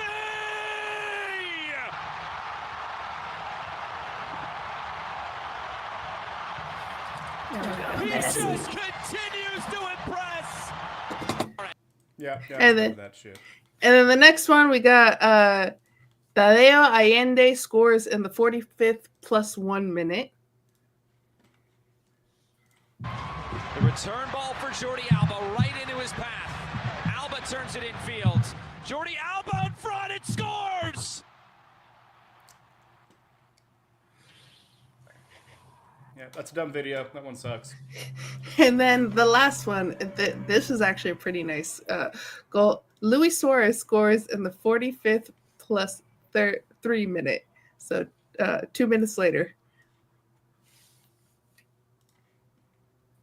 Couple of 3-2 wins for Inter Miami. As this comes into the box. Another chance here. It's Suarez! Nice positioning. Inter Miami, 3 first half goals. Yep, that's all the video. That's it. And the last video, Kansas City did get a goal. Memo Rodriguez scores the only goal for SKC in the 63rd minute. Yeah, this is like literally the only video I wanted to play. Memo Rodriguez. Rodriguez scores! Yeah, and it's a simple score. From distance, the substitute gets no headers, no back bounce, for no fancy Kansas shit. City. We just score only one goal. Yeah, look at it. We're gonna watch this 4 times just so we can win the game. And you're gonna see the 3 sporting Kansas City fans that came to the game. Gets one back for Sporting No, Kansas there was City. probably a few hundred. Yeah! Yeah, that was like at least 12. Like, look at this. Come on. You're saying 3 people showed up to this game? Look at this. It's ridiculous. Better showing than probably Inter Miami back at their home. Not with Messi. No. The funniest thing for this game is that Noah Allen ended up getting the captain's armband by accident. So, like, obviously Messi, he's the captain. But when he was subbed off, he handed the armband to Sergio Busquets. When Busquets got subbed off, he gave it to Noah and said, "Hey, go give it to Ustari, our goalkeeper." And our goalkeeper was like, "Nah, I'm good." So then he goes and runs to Jordi Alba to hand him the armband, and Jordi Alba was like, "Nah, I'm good." So this kid, this 20-year-old homegrown kid from Pembroke Pines, got to be the captain for the rest of the game. So that was hilarious. I wish that as the captain, you're able to talk more to the refs. It would have been really funny if he got into it with the refs, but that never actually happened. But we're like, wait, Noah has the armband. So that was a funny thing for Inter Miami fans. But just think of, like, you're a 20-year-old, you play on a team with legends, and you're the captain. I'm the captain now. Yeah, let's say, look at me. I'm the captain now. Messi and Suarez were like, really, bro? Hey, they gave it to him, though. If they don't want to hear it, then they should have took it. Exactly. But speaking of Sporting Kansas City and Inter Miami, MLS is back. It started back this No, weekend. it's not. Right, Tushka? It's not back yet. Unfortunately for I didn't hear anything Josh, about it. New York Red Bulls lost 1-0 to FC Cincinnati. His favorite Why? team ever. Why? Why do they even exist? And unfortunately for Tushka, Sporting Kansas City lost 1-0 to Austin FC. So not a good week for Sporting there. San Diego. Not a good year for 3 years. San Diego FC won their first ever game in the MLS. This is their expansion year. 2-0 over last year's champions, LA Galaxy. So that's a good start to their year. And then for Atlanta United, Miguel Almiron is back, and he came back from Newcastle United in the English Premier League. And Atlanta beat Montreal 3-2 in a full Mercedes-Benz stadium. And Atlanta United, even though it's only been one game, they kind of feel like the old Atlanta United, and just they're the one where like they have the largest crowd because they are in Mercedes-Benz. And so just hearing that, the fans, even from the TV, it's so loud. And I can just imagine going to a game there at Mercedes-Benz. So they may be a pre-COVID Atlanta United coming back. And that would be interesting for the league. Yeah, that would be really, really crazy. But more teams, I'm cool with it. More teams. But Inter Miami, they tie NYCFC 2-2 in their home opener. Before this game was played, it was revealed in an interview from 38-year-old Luis Suarez. Days before each game, I take 3 pills. And an hours before the playing, I get an injection. If not, I can't play, hence the limp. I have to think that in maybe 5 years, I won't be able to play five-a-side football with my friends. The truth is that the first steps in the morning are very painful. Anyone who sees me thinks that it's impossible for me to play a game. My son asked me to play with him, and I simply cannot. So what are your guys' thoughts of someone just putting their body through the ringer like this? He's already retired from international play with Uruguay, and people assumed that he was going to retire after last year, but since we didn't actually win the MLS Cup, and he said like it was the most fun he ever had just playing with his friends, he came back for another year. Does love of the game cloud your judgment for what's best for your body? Like your guys' thoughts on just like he literally is getting an injection in his knee hours before every game so that way he can actually play the game. Yeah, certain, just it's tough to walk away. It just always is, especially when like last year he got, he kind of got that extra second wind, I guess. And I mean, it might be his like 17th win at this point because he's 38 years old, but it's still just when, like you were saying, what happened last year. But then you have like on the opposite end of guys just retiring out of nowhere because they want to be able to play with their kids and their buddies and stuff when they get older, like an Andrew Luck in that situation.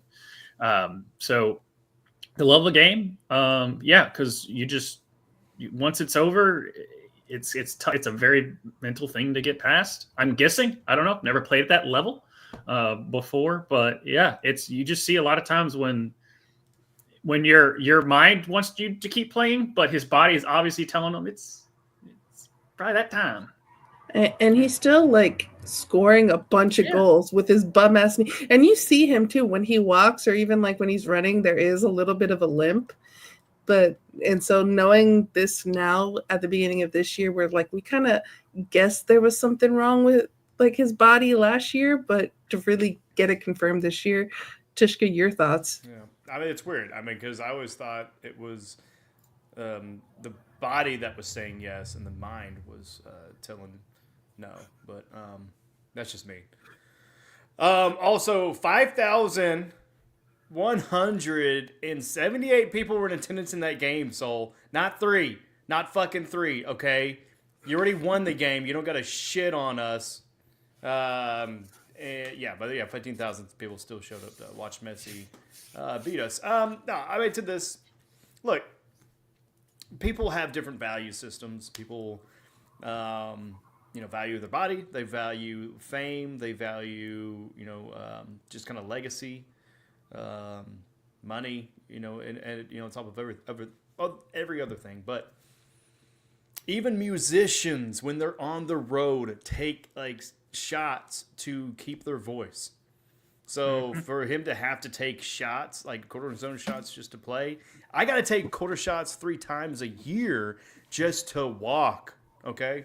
So it is what it is. I mean, whatever he values in that, if it's the camaraderie, if it's the love of the game itself, where it's just, you can't pry him off that field. Playing with his best friends. Yeah. Yeah. His best friends. I mean, playing for his fans, for his cities, the people that, kind of idolize him or adore him. Maybe to a lot of people that means something, right? Because like with Jordan, whenever he retired, the first time, I can't say he retired 3 times really. But the first time, I mean, it was a shock. And to a lot of fans, we felt like something was ripped away from us. Same with Barry Sanders. So there is that aspect of, for those fans and those cities that really do count on, maybe some of their economic impact that they have as far as what they can pull in. But even just that emotional capital that they maybe have invested in that player and in that team, it's a lot. So if the player wants to come back and play for those people and other reasons, awesome. If they want to retire early, is what it is. But I mean, not surprised that he's having to take steroid cortisone shots or whatever it is, to kind of basically just get his body to where it works. But I mean, he's got enough money; he's going to have a decent retirement. Yeah. And my brother, he jokes all the time. He's like, I bet they have a running bike for him at halftime because he runs the whole. Yeah. Unlike Messi, who is walking, he's running the whole game because it seems like one of those like if he stops, he'll be done. Yeah. So gotta keep the hips firing, baby. Gotta keep them firing. Speaking of my older brother, he also made the joke at this game that it was the gender reveal game because Inter Miami was in their baby pinks and Sporting Kansas City was in their baby blues. Yep. And for a little bit, when Sporting Kansas City was up, I was like, "It's a boy." I mean, boy or girl, we still got fucked. So I mean, NYCFC. I Sporting Kansas City is the same, but NYCFC. I said it's a boy. Sorry to give you a little hope there. Sorry. So in the first 20-some minutes. This was some of the most beautiful soccer that I have ever seen Inter Miami play. It was a joy to watch. And we even got a goal from Thomas Aviles in the 5th minute, assisted by Messi. Let's watch. That's why I do it. There it is again. Whew, got it, y'all. Got it. 8 veces balón de oro. La primera Alba para Messi. Dentro del área.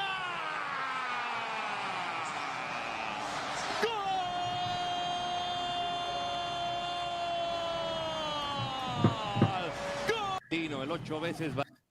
No. Just kind of disappointed in the length of that goal, by the way. Yeah. Just call golf one time. Soccer announcers, just do it. Just for me. Right. Oh, that would be so good.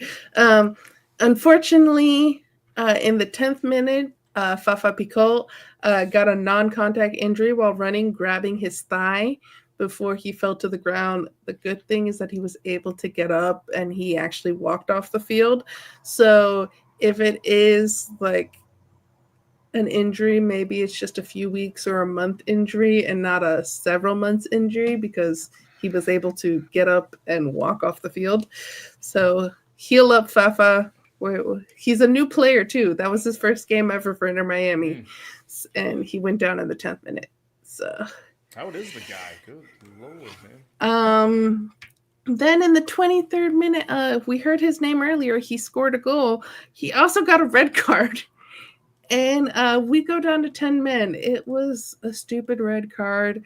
And because NYCFC got a free kick out of the box from the red card, they tie the game in the 26th minute. Then later, Jordi Alba, champion of Europe, Champions League winner, gifts the ball to NYCFC. Just like, here's the ball. Would you like the ball? here's the ball. Straight up just passes the ball to them and they score. So I don't want to show all the other stuff, but I'll find that and we're gonna show that. Here it is. Here it is. No, stop hiding it. Stop hiding it. I'm not touching. Yeah, I'm messing with you. de la temporada 30 de la Major League Soccer. Se avienta el slalom. Segovia para Messi. Yep, good dribbling, good dribbling, good dribbling, good dribbling. You're good. You're good, you're good, you're good. Wait, that's not the one. What the hell? You said this was a bad play. And he's got a little debut pin. That was pretty. So that right there that we just saw, we were able to steal a point in the 90th plus 10 minute with a goal from Velasco Segovia on his debut with Inter Miami. He also was assisted by Messi. And there were some Venezuelans in my section. They went fucking nuts for his goal, just cheering on their fellow countrymen. So, like, people went crazy, but, like, they were, like, when, like, a fan is just like, oh, my God. Like, I was like, damn. Like, I'm excited, but you, like, are on another level. But, you know what? I'm here for it. I'm here for it. One moment in the game, I'm going to try to pronounce this name. Shanhinja Tenisevich. Got it. Nailed it. Perfect. For NYCFC, he was on a yellow card. He hard tackles Luis Suarez. And the ref, you see him, he goes for his pocket to give him the second yellow. But then he looks up, sees that it's someone that he just gave a yellow to. So second yellow means a red card. And I guess he didn't want to affect the game. And he went for his pocket and then didn't bring out and just was like, never mind. And the Inter Miamis, including Sergio Busquets, sees him do that. And they were pissed because they're like, if we're at 10 men, they should be at 10 men too, because that's a yellow. That's a second yellow. That is a red card. It should be a 10-10 man. And we were down 2-1 at this time. So that's something that it's a little scuttlebutt there on like him not pulling out that second yellow there. Sometimes refs do this, like if it should be a yellow, but they like know that it would be a second yellow and it might be like a harsh sending off. They don't do it. But this wasn't a hard, he like really hard tackled Luis Suarez. So it should have been. And Messi was so pissed off that at the end of the game, he walks straight to the refs. He's telling them off. Then the opposing coach comes up. Messi freaking grabs him by the back of the net. So he has a $500 fine. Where's that video? For that. So it wasn't played on TV, but I think they have it on, I saw it like on Instagram or something of him doing that. So yeah, Messi got fined. Apparently, Luis Suarez at halftime went after someone too over it. So he got fined as well. So both Messi and Luis Suarez paying $500 each, which 500? 500 is their fine. Only 2 zeros in that one? Only 2 zeros. Jesus. What's Messi's contract again? God bless. Millions. Like half of Miami? Like, isn't that his contract? I mean, if you talk about the refs in the NFL, it's what, 25,000? Yeah. I mean, God. He didn't touch a ref. He touched another coach. No, I know, but I'm saying, like, just talking about the refs. Yeah. You get $25,000 in the NFL. Mm-hmm. Let alone touching another coach by the back of the neck. But anyways, I like the Messi of Messi. Mm. But Josh, any thoughts on the second yellows and going for it and then not going for it? Because you played soccer, you watch a little bit more soccer. Like, your thoughts on that? You got to stay exactly like if you're gonna call the foul, you got to keep it consistent. That's the thing. It's like I hate it when refs don't keep consistency. You know, they say like call it both ways or something like that. Like I don't care who it is. If they make the same penalty that you gave the yellows for, it's a yellow. It's a yellow. So that's what it is. If you think it should be something else, they're keeping it consistent. So, yeah. I'm just glad that we got a point out of this game, being down 10 men.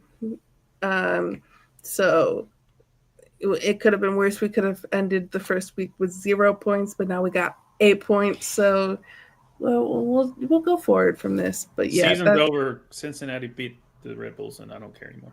Hey, there's a lot of season left, Josh. Going on, soccer left.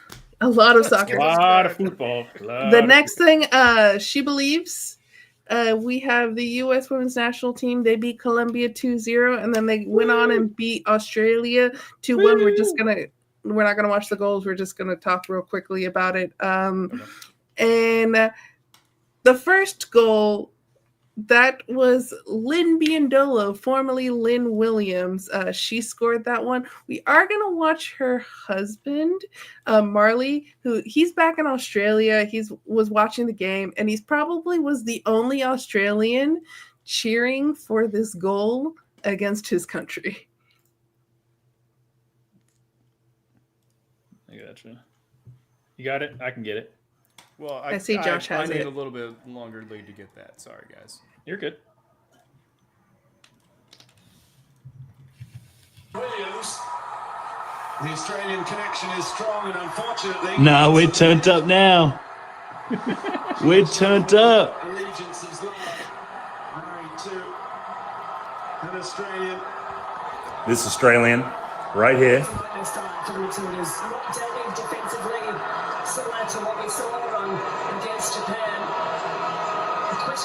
Oh my God, we are turned up. Oh my God, we are turned up. We are turned up. We are turned up. We are turned up. I think he's turned up. Thank you. Thank you. Thank you. I mean, come on. Some would say he was turned up to 11. 11. Well, we love a guy rooting for his girl, and even rooting for his girl when she's playing against his country. Yeah. It's Australian. But tonight, the U.S. women's national team, they play Japan, and to win She Believes, they have to beat Japan.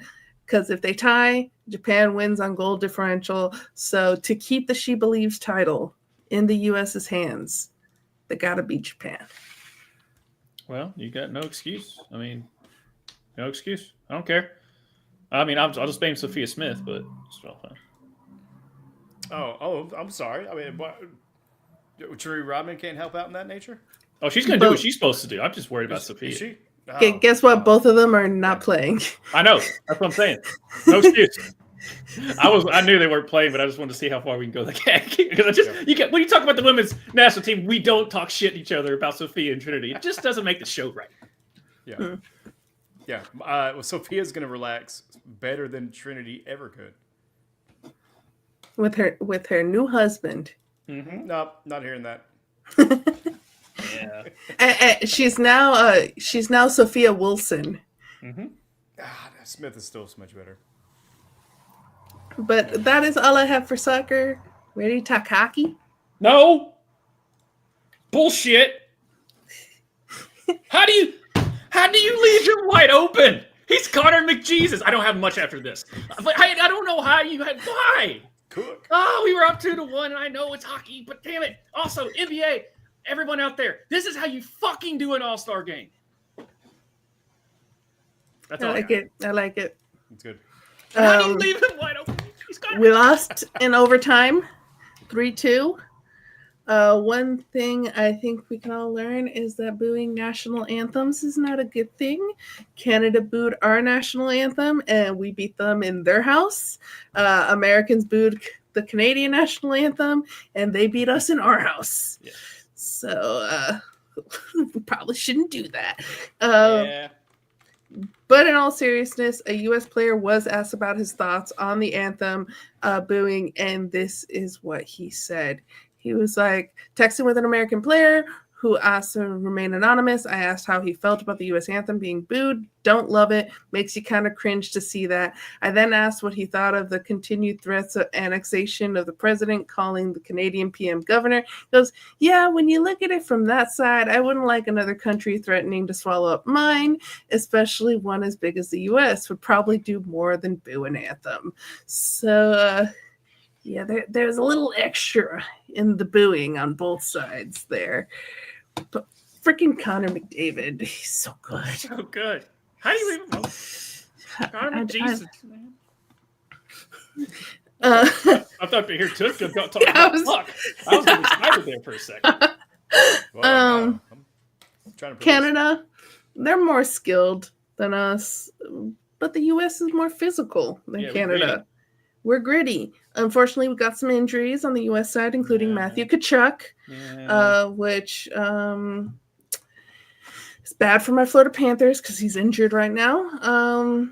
And speaking of my older brother, he talked about how Matthew Tkachuk, the difference between us, he had 7 games against McDavid and Matthews, who kind of is the captain, but was playing kind of in Tkachuk's role there.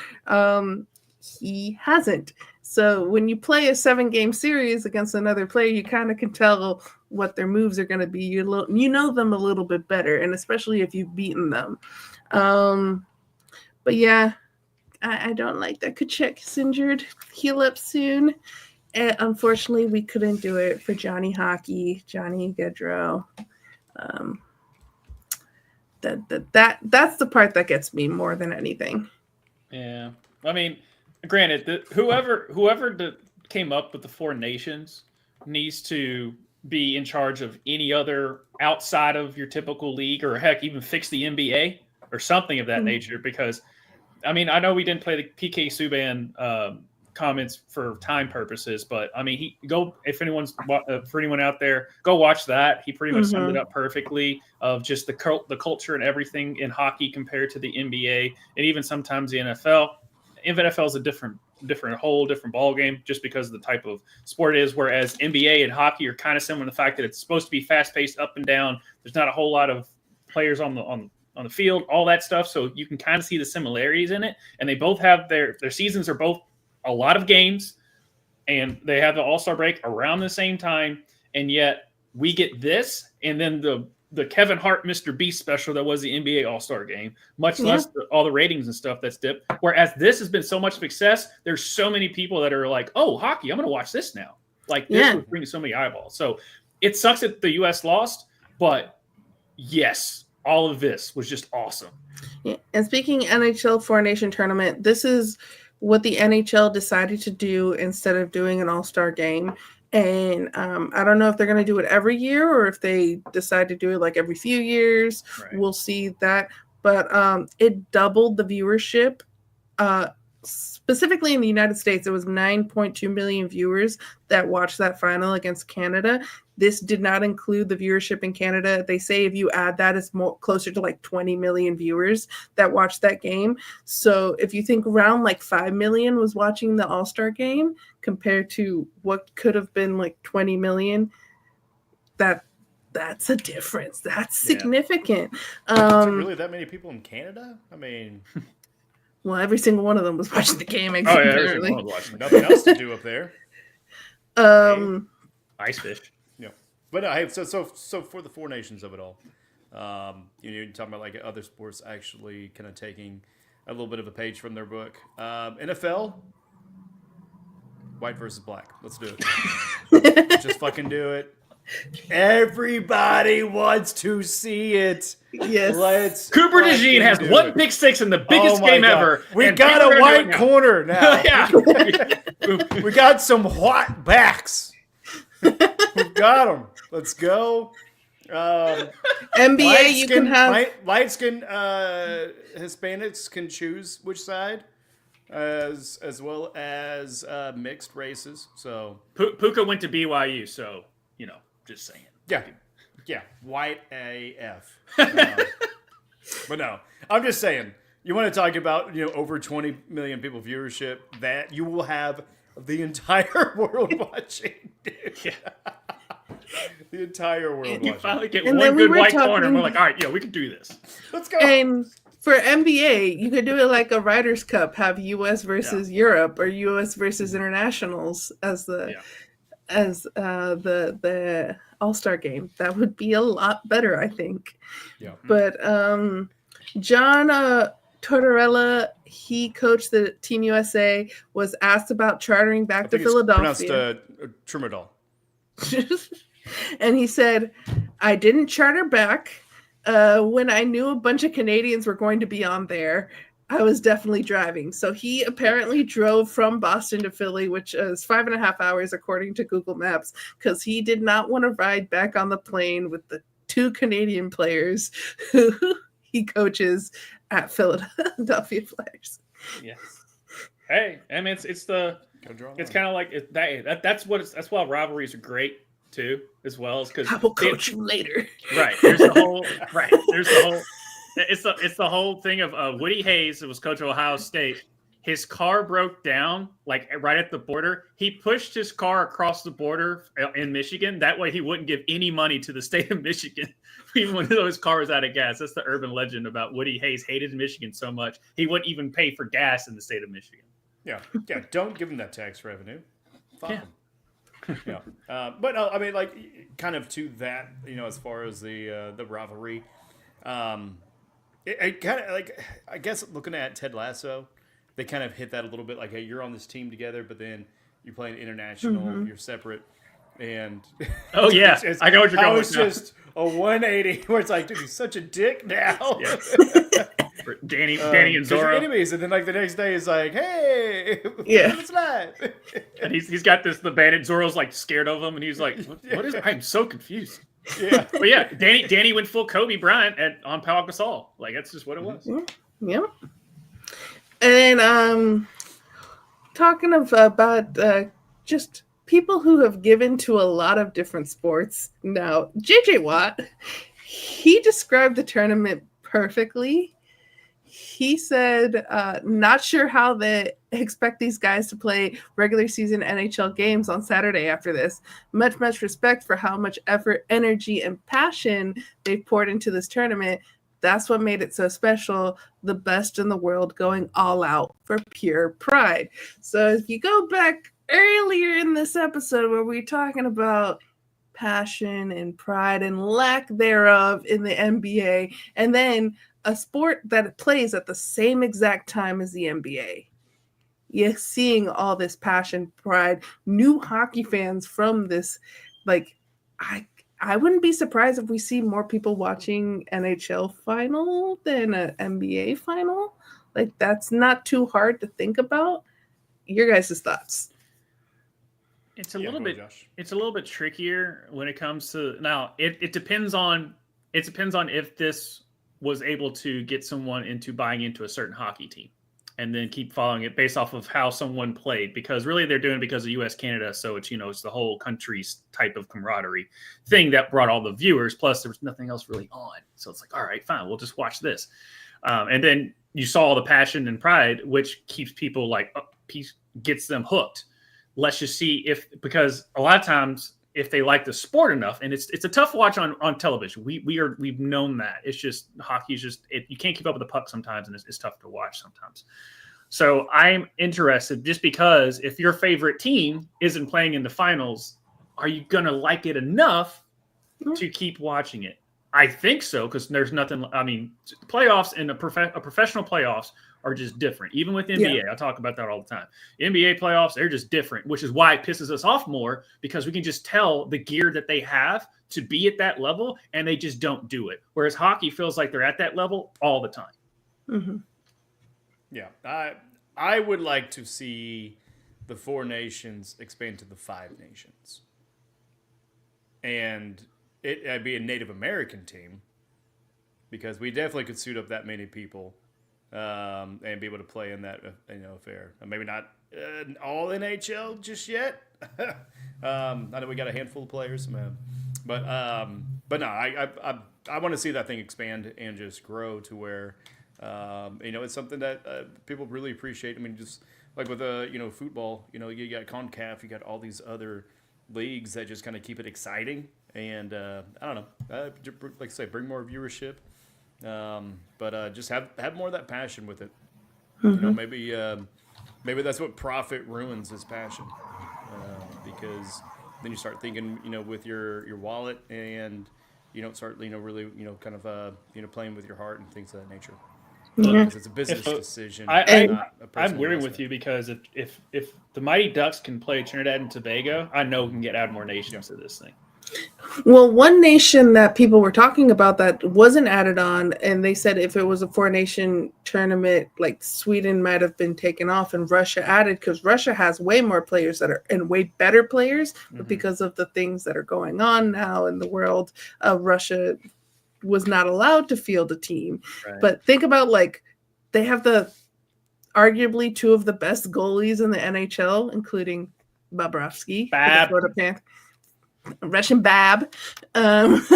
So that is one thing that even like hockey fans now are just like, can we please add them to the Winter Olympics? Because that's going to be so many players that live in the United States and Canada that like are not going to be able to have that opportunity because of their country and is in a war. And it'd kind of feel weird, like any country winning without the talent that Russia has not playing in that in the Winter Olympics. Yeah, no, I mean Russia was the one left out. We know why.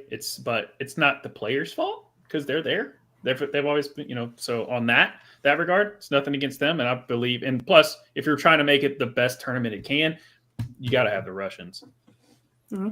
Yeah. Also, Josh, I thought you were going to make a Disney's Mighty Duck reference. That's what I was talking about. The Mighty Ducks played Trinidad and Tobago, like the Trinidad and Tobago. Yes, that was the first thing with the like the tie-dye jerseys. That was the first game they played. It was Trinidad and Tobago. Okay. They had to steal drums and everything. Iceland. Does Jamaica have a bobsled team? They do. They do. But yeah, because I knew it wasn't Jamaica, but I was like, I think it was Trinidad and Tobago. So yeah, Trinidad and Tobago was the first team they played in D2, the Mighty Ducks. Because literally, like, you could watch my face. I'm like going with the joke, man. I'm like, wait, the fuck, wait. Not the Anaheim Ducks, the Mighty Ducks. Yeah. No, you're good. Okay. Well, shit, I was gonna make fun of myself for like not knowing that you actually were talking about something real, and then turns out you weren't. So that was cool. That's a good bit. That was weird. That was really weird. We can continue on NHL. The Florida Panthers, they lost their first game back after 4-Nations to the Seattle Kraken, but then turned around and beat Nashville. Yeah, and our Bobby Finstock took his son to the game, and they had a good time. They cheered on the Florida Panthers, nice. And he was telling me that his son was sitting there trying to talk crap to Nashville, and he told me, he was like, his dad was like, look, Bobby was like, look, if you keep talking, someone will get mad, and then I'll have to fight them. I don't want to do that. And then his son was like, don't worry, I'll back you up. And Bobby's like, no. And then the Preds also lost to the New Jersey Devils this past week, so not a good week for the Preds. Current leaders right now, Atlantic is the Maple Leafs, Metropolitan, Washington Capitals, Central, Winnipeg Jets, and Pacific is Vegas Golden Knights. It seems like when one Canadian team does good, another Canadian team drops, so it's only 2 Canadian teams as leaders instead of 3. But that is our current leaders right now. Maybe Florida Panthers can go back up soon. But that is what I have NHL. But Tushka, there was something that happened in the PWHL. Oh, was there? What happened? I think it's the first fight in the women's league. Oh, let's go. It doesn't show if it's a video, though, by the way. Go to the next slide. I press the arrow. I clicked it. I already clicked it once. Not like this hit. She drops the stick, gets up, she continues to get hit, and finally says, you know what? I've had enough. Down goes the stick, and here comes the punches. And they are throwing them. Now, the only thing you don't do, of course, in women's hockey, you got a full cage, so you're not dropping the gloves. Gloves stay on, but the fists are flying. We just talked about Teresa Vinisheva. She's been pretty disciplined, but They play Spice Girls? yeah, she lost it on that play. Jill Saulnier. And, well, she came into this game the league's penalty minutes leader by 1 minute. Just not realize that. Like Spice Girls. Like, oh wait, hold on. We need to stop. Yeah, I mean that's an interesting one. Yeah. I mean, maybe I probably would have went more with Girl Fight. That was the Eye of the Tiger. Yeah. Whatever that is. About to be a girl fight. But the fact that we now officially had our first fight in the PWHL. What do you guys think? Good job, girls. Good job. I forgot that they have the face coverings, because at first I'm like, you're supposed to drop gloves, guys, and then they're like, oh wait, no, they got the cage. Yeah, probably good idea to keep the gloves on, because just punching metal not really going to do much with a bare hand. Yep. Yeah. No, I like it. I guess they're not wearing earrings underneath there, because that would have been the first thing to come off. Oh no, you did not. But yeah, it's awesome. I mean, I'd love to see the equality there. You good, Josh? I don't know. That got me. It was a good one. Yeah. Yeah, but I mean, it's what we want. It's what we watch hockey for. It's why we watch NASCAR. It is to see some fucked up shit. It's to see some fights. It's to see some wrecks, because we love the ruckus. And good job, girls. Good job. Excited to see that. Good job. Gay violence. Yeah. But that is all we have for hockey. We're already weird, but do we want to get even more weird? You can never be too weird. So, going on with the sports meme of the week. We're giving Canada a little here. Sorry. They decided to change their Americano to Canadiano. This was in Ottawa. What do you guys think of the Canadiano as a coffee? I mean, I like it. It's like freedom fries. You know? Yeah. I'm all for petty nationalism when it's nonviolent. Right. Like when it doesn't really matter. It's just naming something. I mean, maybe not the Gulf of America. I mean, it should have been the Americas, plural, because it's all of us. But that one's weird. But I dig it. I order Americano all the time. I just call it Americana at church, just because I don't know, it just rolls off a little easier. They know what I'm talking about. To me, it's gender neutral coffee. But yeah, a Canadiano. Yeah, I got no joke for it. Would you pay $3.90 for it? Yeah. I mean, that's pretty much what you pay around here. Mm-hmm. I don't drink coffee, so I'm indifferent. Although I will say London Fog down there, I'm like, are you sure that's a drink or not something else that's going to make you feel really nice? Yeah. That is a weed name if I've ever seen one. London Fog. Oh, I thought you were talking about farting. Okay. Oh, that too. I just thought it was Brits farting, but yeah. I mean, what would make it more of a Canadiano? Does it apologize? Maple syrup. Every time you sip it, syrup, pretty much. Syrup. Put a little syrup instead of some, some sweetener. Yeah, you put some maple syrup and then take some Tim Hortons and dip you just make it a complete Canadian thing. And while you're eating poutine. Mm-hmm. I like it. It's weird. Yep. Well, it's Canada. It's Canada. That's why. Yeah, but Josh, where can the people find us? They can find us on this channel weekly. Right now we're kind of taking a little step back from the bracket bitches, but March is literally next week. So that means March Madness is upon us. So keep track of if you can. I know some people, college basketball isn't for everyone, and it doesn't matter if you keep track with it. Turns out if you actually watch it more, you end up doing worse in March Madness. But I've won bracket pools, guys. I somewhat know what I'm talking about. That being said, I will probably lose to someone because whatever. Because they flipped a coin and it worked. But We will be doing a live show, live reaction, as I alluded to earlier in the show, for that Selection Sunday there. Me and my buddy Jake will be breaking all of that down to get you ready to have perfect brackets out there. I forget exactly you have a 1 in a gajillion chance of having a perfect bracket, but you're telling me there's a chance on that one. And then every Wednesday, you'll see us breaking down the week that was in sports, and Justin and I breaking tomorrow to break down everything the week that was in wrestling as far as Ruckus Wrestling. As far as the Fantasy F around, we will be coming back around for the draft. After the draft is completed, we're going to see kind of how this works out, because at that point trades have kind of settled down, and we can see, get you ready to prepare for the off season. But at least, it also to Tushka and I missed talking about football, so that's pretty much why. It gives us a reason.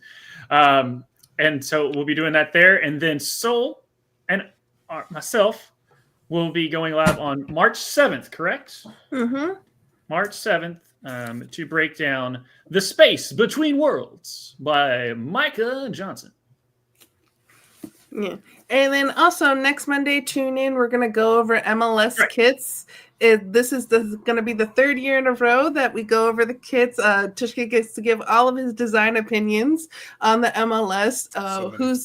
Who's puro sexo, who is pura caca, who is just meh. You'll get to that comes back this year. So come and tune in on Monday to see us go over kits and basically be our judgy selves. Yeah, and for all you Cincinnati FC fans, thank you for existing, but we're not doing you. I'm sorry. I'm making it. No, we're gonna go over you, and I will treat you as fairly as I have ever since you've existed, which is terrible.